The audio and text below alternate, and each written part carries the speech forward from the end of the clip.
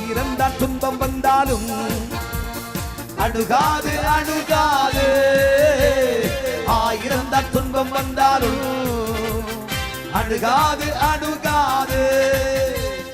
6ஆம் அதிகாரம் நியாயாதிபதிகளின் புஸ்தகம் 6ஆம் அதிகாரம் 16வது வசனத்திலே வாசிக்கும் பொழுது வேதம் சொல்கிறது, இதுவரைக்கும் நன்மைகளை கொள்ளையாடி போன மீதியானியனை, உன் ஆசீர்வாதத்தை சம்பாதிக்கிற மேன்மையை, சம்பாதிச்சா வீட்டுல தங்காது, அந்த காசு வீட்டை விட்டு போயிடும், இல்ல வட்டிக்காரன் கொண்டு போயிடுவான், வீட்டுல ஒரு காசு பிரயோஜனம் இல்லை. ₹1,00,000 வீட்டுக்கு வந்துச்சுன்னு சொன்னா ஒரு வினாடியில் வீட்டை விட்டது போய் விடுகிறது. எப்படினே தெரியல பிரதர். சத்துருவானவன் மீதியானியன் கொள்ளையிட்டு போகிறான். நீ கஷ்டப்பட்டு சம்பாதிக்கிற, வேதனைப்பட்டு சம்பாதிக்கிற, துயரப்பட்டு சம்பாதிக்கிற, இரவு பகலா உழைக்கிற, சில நன்மைகள் வீட்டுக்கு வருகிறது, ஆனால் அது வீட்டுல தங்கல. மீதியானியன் அதை கொள்ளையிட்டு போகிறார். கர்த்தர் சொல்கிறார், நான் உங்களோடு கூட இருப்பேன், இருந்தால் நீ மீதியானியனை முறியடிப்பாய். உன் ஆசீர்வாதத்தை கெடுக்கிறவன், உன் சம்பாத்தியத்தை அழிக்கிறவன், உன் சொத்தை இல்லாமல் ஆக்கிறவன், லாபமாய் வந்து வீட்டிலே மீதியாய் இருக்க வேண்டிய காசை அந்நிய செலவினங்களுக்கு கொண்டு போகிறவனை நீ முறியடிப்பாய். இது கர்த்தர் உனக்கு சொல்ற தீர்க்க தரிசனம். எழுதி வச்சுக்கோ. 10,000 ரூபாய் மிஞ்சின மாதிரி இருக்குது, அந்த மாதம் வியாதி தேடி வருது. 10,000 ரூபாய் மிச்சமா இருக்கிறது மாதிரி இருக்குது, அந்த மாதம் ஏதோ சில அரசு ஆணை பிறக்க தவறுதலாய் நம்முடைய நிலை மாற, செலவு எப்படி போய் சேருதுனே தெரியல, எங்க யாருக்கு கொடுத்தாலும் பணம் தாங்க மாட்டேன் என்று சொல்லுகிறது. அப்படி காசு உன்னை விட்டு போகிறது. மீந்தெடுக்க வேண்டிய ஆசீர்வாதத்தை, மீந்திருக்க வேண்டிய நன்மையை அழிச்சு, நீ சாப்பிட வேண்டிய, குடும்பத்தில் நன்மையா இருக்க வேண்டிய ஆசீர்வாதத்தை சத்துருவான கொள்ளையிட்டு போனார். மீதியானியர் பல வருஷம் உன்னை அச்சுறுத்தி கொண்டிருக்கிறார். குடும்பத்தில் ஆண்டாண்டு இதுதான் நடக்குது பாஸ்டர்.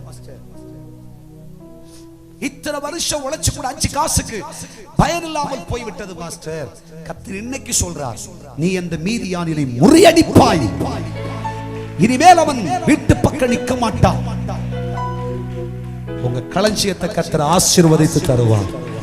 நீ வீட்டுல கொண்டு பணத்தை வச்சா அது ஆசீர்வாதமா இருக்கு. உன் சம்பளம் மருத்துவமனைக்கு அல்ல, உன் சம்பளம் வட்டிக்காரனுக்கு அல்ல, உன் சம்பளம் அநியாயமாய் செலவழிப்பதற்கல்ல, உன் சம்பளம் ஐயா தெரியாத்தனமாய் எங்கோ ஏமாற்றப்பட்டு போனேன் என்று சொல்வதற்கல்ல. ஒரு காசு பணம் கூட கொள்ளையிட்டு சத்துருவானவன் மகிழ்ந்திராதபடி கர்த்தராகிய தெய்வம் மீதியானியனை முறியடிக்கும்படி கர்த்தர் உன்னை பலப்படுத்துவார். கரங்களை தட்டி கர்த்தரை மகிமைப்படுத்து. இன்று முதல் அந்த ஆசீர்வாதம், இந்த ஐஸ்வர்யம் உன் வீட்டிலே தங்கும். சகோதரா சகோதரி, தெய்வத்தால் அபிஷேகம் பண்ணப்பட்ட தீர்க்கதரிசியா சொல்றேன், இன்று முதல் இந்த நன்மை நம்மிலே, நம் குடும்பத்தில், நம் வீட்டிலே, நம் சபையிலே, நம் குடும்பங்களிலே, தனிப்பட்ட வாழ்க்கையிலே தங்கி இருக்கும். இதுவரையும் சேராத பணமெல்லாம் நீ வீட்டில் சேர். ஹல்லேலூயா. 2000 ரூபாய் நோட்டு எப்படியாவது செலவழிக்காம வச்சுக்கணும் நினைச்சேன். ஆனா அப்பதான் திடீர்னு போற நடைபாதையில திடீர்னு கால் ஒரு தட்டுப்பட 2000 ரூபாய் டாக்டர் கொடுத்தோம். அல்லேலூயா சொல்லுங்க. ஹல்லேலூயா. இனி ஒரு காலடி தட்டாது, காலடி சறுக்காது, கர்த்தர் பார்த்துக் கொள்ளுவார். அந்த 2000 ஆண்டவர் 20ஆம் மாத்தி தருவார். அது 2 லட்சமா மாத்தி தருவார். ஆமென். மீதியானியனை முறியடிப்பாய், அவன் சூழ்ச்சியை முறியடிப்பாய், அவன் கிரியைகளை நீ ஜெயிப்பாய். நீ சம்பாதிக்கிற நன்மைகளை கொள்ளையாடுவதற்கு நீ விதைச்ச வித்து, ஐயா தெய்வத்தால் வந்த வளர்ச்சி, தெய்வத்தால் வந்த ஆசீர்வாதம், விதைச்சு உழைச்சு ஜெபிச்சு நன்மையை அனுபவிக்க முடியவில்லையே என்று விரக்தி அடைந்திருக்கிற கர்த்தருடைய பிள்ளையே, கர்த்தர் உன்னோடு கூட இருப்பதால் இந்த சத்துருவை நீ இல்லாமலாக்கி முறியடித்து ஜெயிப்பாய். கரங்களை தட்டி கர்த்தரை மகிமைப்படுத்துங்கள். 1000 துன்பம் வந்தாலும் அணுகாது அணுகாது. வந்தா துன்பம் வந்தாலும் அணுகாது அணுகாது